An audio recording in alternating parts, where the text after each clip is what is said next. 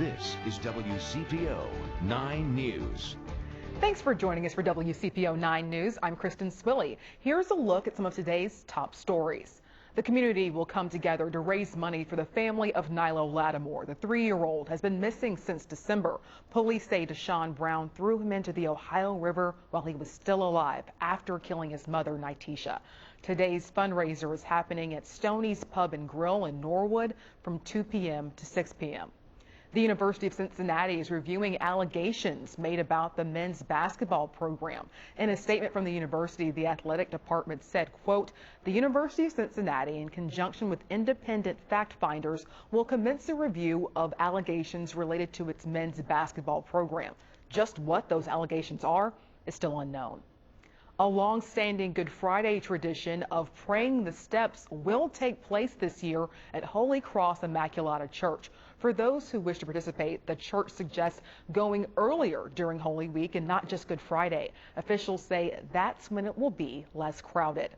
Another Easter tradition returns this weekend at Washington Park. The annual Over the Rhine Easter egg hunt will take place both today and tomorrow. Instead of a free-for-all, eggs will be individually packaged and handed out by staff members. All right, well, we are looking at some 70s for your Saturday, going to be very nice. And then your Sunday, though, dropping down into the 50s for your highs. Now, we are expecting some overnight rain into very early Sunday. Some of that could be a little bit on the strong side. We'll keep an eye out on that. And here's a look at your extended forecast. Got some 50s and 60s and 50s and 60s heading through next week. And again, your Saturday looking good, well above average. And then we'll keep an eye out on those overnight showers for you. Should be gone, though, by Sunday morning.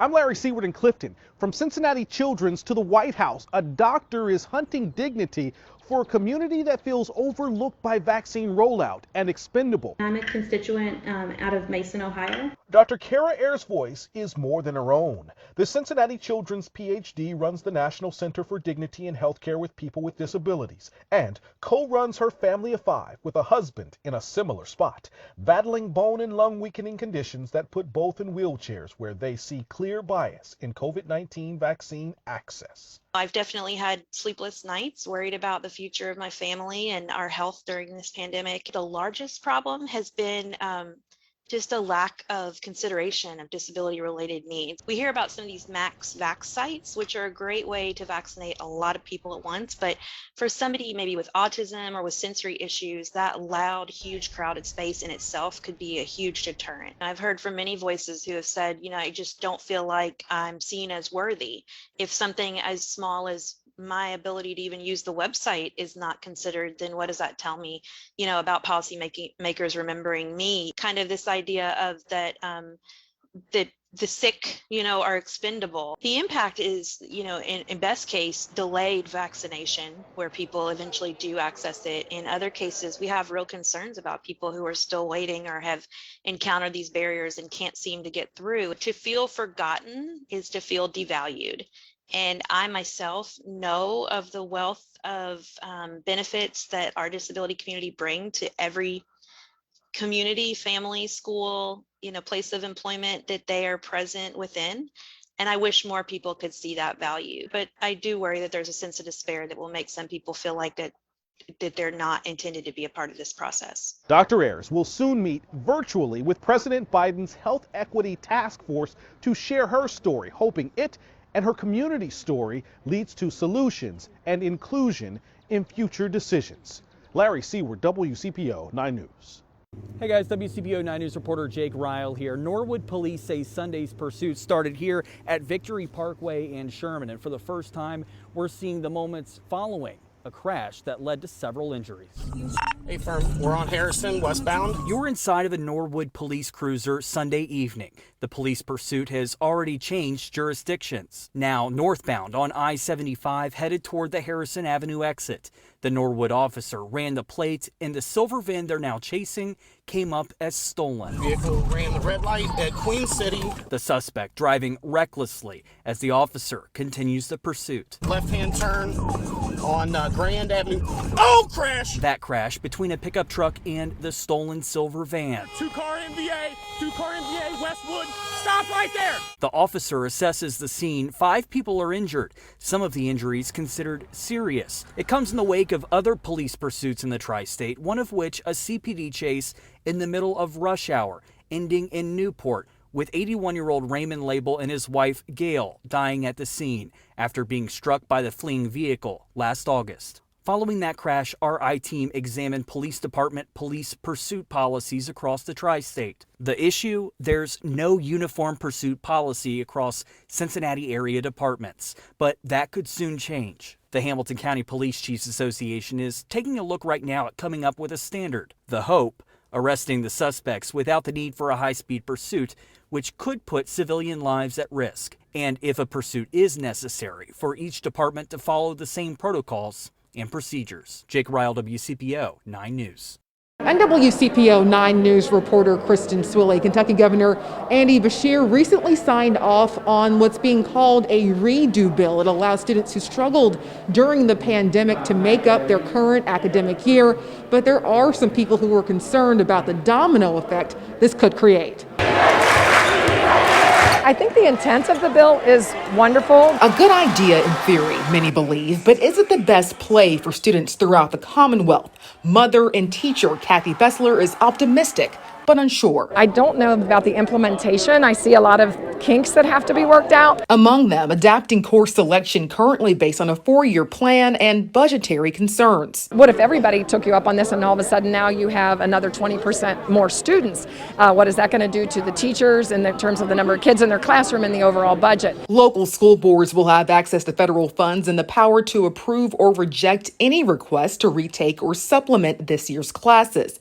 Governor Beshear says this is a chance to reclaim lost experiences and settle the score, especially for senior student athletes. While educators have done their best in these trying circumstances, the pandemic has deprived some students of priceless opportunities and memories. It could be a win-win for a lot of kids, but I think there's a lot of logistics and just things that have to be worked out to make it work for everybody. Kristen Swilley, WCPO 9 News.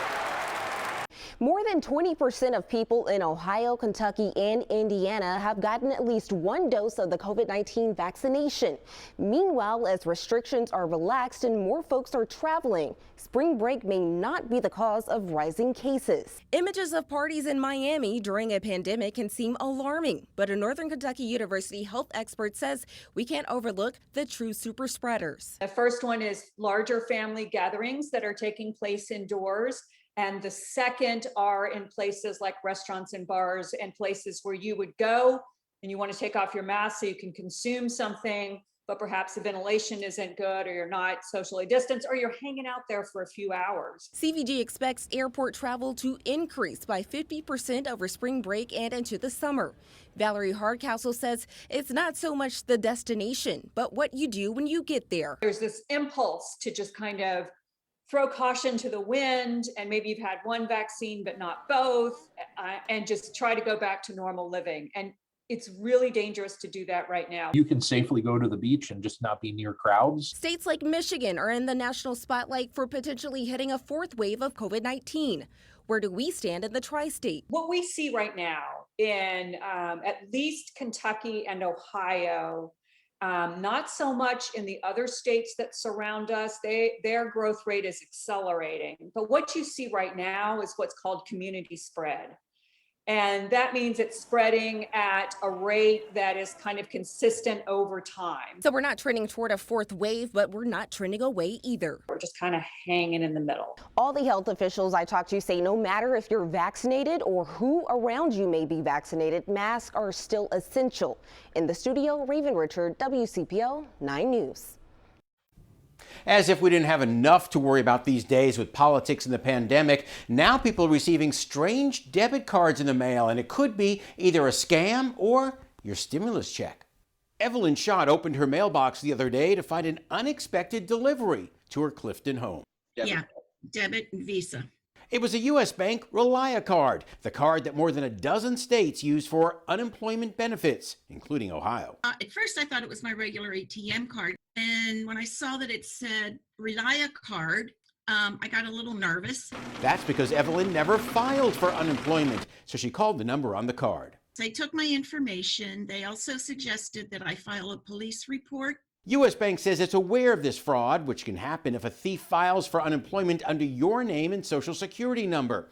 But U.S. Bank is just one debit card to watch for. Many states, like Kentucky, use Bank of America debit cards. Still others, like Indiana, use KeyBank cards. So be suspicious of any debit card showing up that you're not expecting. So what should you do if you get an unexpected debit card in the mail? The Federal Trade Commission says don't just cut it up or toss it. Someone could be applying for benefits in your name. The FTC says report the unwanted card to the bank, contact the state unemployment office, and place a fraud alert on your credit with Equifax, Experian, and TransUnion. But a caution, if you receive a debit card from MetaBank with a note from the Treasury Department, that's not a scam. That could be your $600 stimulus check, so don't throw it away. Evelyn says it's all very confusing. How did someone get your social? Usually from one of many recent data breaches. So don't throw away any unexpected debit card. Covering the rebound, John Matarese, WCPO 9 News. This shot marked a major milestone in Kelly Neese's career. I'd say I'm proud of it, but it doesn't, winning's more important. Very few players have scored as many points as Kelly Neese, but he's still number 2 in his own family. That's video from 2016, a game winner from Kelly's older sister, Allie, on the same night she reached 2,000 career points. Having your sister play and be the big star, I guess you could say, it was really cool to look up to her and see what she could do here. Neither sibling, though, had an easy road to get there. Do you remember the night your sister got hurt? Oh yeah, it was in a scrimmage in summer. Down here on the block down there. My left leg went backwards, popped out of place, and then popped back into place. We were sitting up there in the corner, and my mom yelled. And then I remember thinking in my mind, I didn't tear my ACL. There's no way I tore my ACL. Allie didn't just tear her ACL, she also tore her MCL and meniscus. You get a sickening feeling as when you evaluate an injury like that, and you know what it could mean for that athlete. Allie had surgery and quickly began rehab. Rehab itself was I think it was more mentally hard than physically. Remarkably, she was able to make it back on the court by the end of her senior season. And now, she plays basketball at Northern Kentucky University. But unfortunately, that was not the last time Nick Repko would see a Neese sibling walk into his office. Oh no. My first thought was, not again. I'll never forget that at all. I could tell when I did it that something really bad happened. In the offseason before his junior year, Kelly tore his ACL. Seeing her go through that recovery before really helped me, but seeing her go through that and then me go through that, she really led the path for me to do that. Well, he's also kind of competitive, so he would be like, hey, if Allie can do it, I can do it. And he did. He recovered, which brings us back to this shot. Not even 2 years after the injury,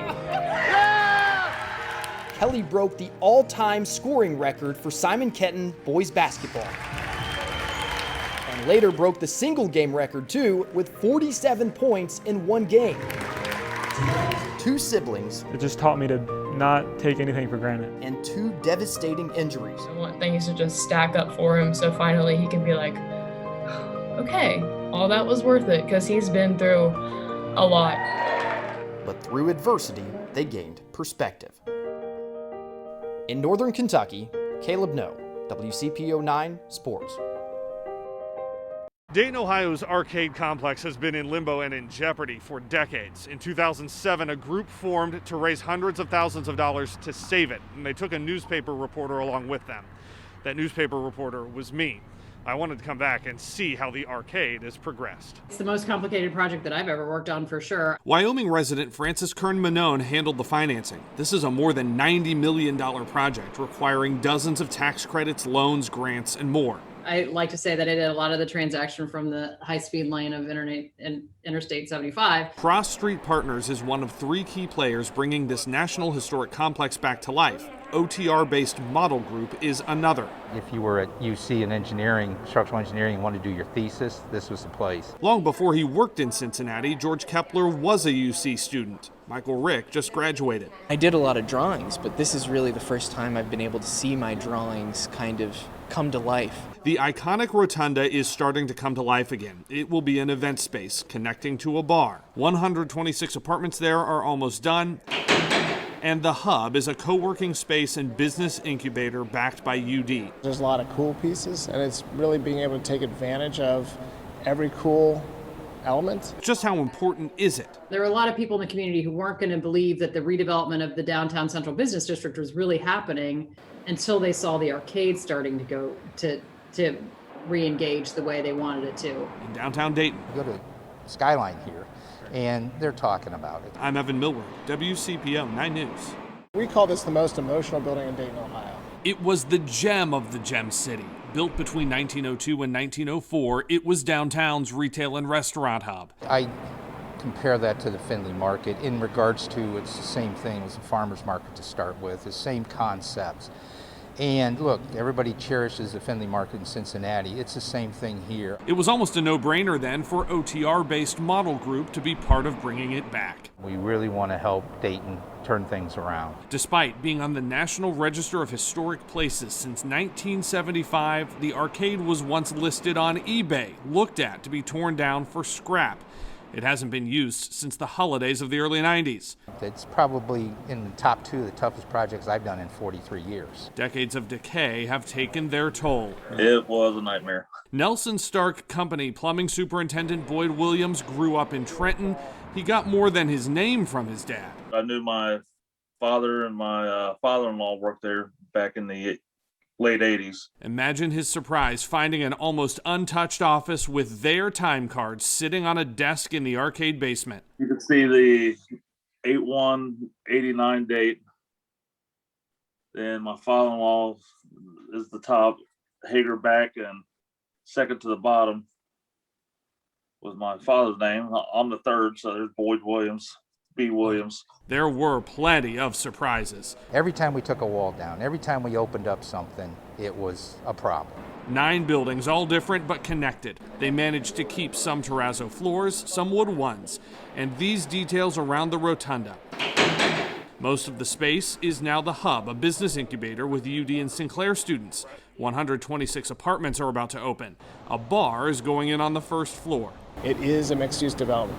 First floor vibrancy is key. It's not just the inside. They've had to restore several facades, too. They're still working on this one. The last time I was at the arcade was in 2007 as a newspaper reporter covering the effort to save it. This is what the North Arcade looks like today. It's in dire need of getting refurbished, but we're ready to attack that. This will become a kitchen incubator and fresh food market. Think Findlay Kitchen and OTR. Plus retail and a hotel or more apartments. This is one of the keystones to get revitalization downtown. Because it is one of a kind. At the end of the day, what's your value proposition? What makes Dayton different from Cincinnati, Cincinnati different from Northern Kentucky? A lot of it's that history. In downtown Dayton. And the history is like right behind us. I'm Evan Millward, WCPO 9 News. Hey everybody, on this Saturday, I'm Raven Richard. Our temperatures today will look very nice. We're talking about some low 70s for everybody across the tri-state. We'll also look at some partly cloudy skies to mostly sunny heading into the afternoon. So it's going to be nice, but we do have rain to talk about. As of right now, there is a marginal risk for severe weather. This is for about half of the tri-state. So looking at the possibilities of some strong winds, but we are on the low end, though, of severe weather. Just a heads up, though. So timing that out for you, this is 11 p.m. Starting to see some of it move in, very isolated in the overnight hours. And then by the time we make it to Sunday morning, we'll still see it, but then gradually moving out. Our temperatures will get a lot cooler as we have some cold air behind us that will start to make its way into the tri-state. So here's a look at your extended forecast. 70s for today, but then Sunday dropping down into those 50s. And then on after that, we've got a pattern of some 50s and some 60s and much more. I'm Josh Bazan. An Ohio woman is reuniting with a pet that has been missing for years and only recently turned up halfway across the country. We'll share her excitement and how the two were able to be brought back together. And one day he just didn't come back. Didn't come back. More than 5 years ago, Margaret Burcham lost her pet cat, Bernie. She says he was outside in her yard in Florence, but that's the last time she ever saw him.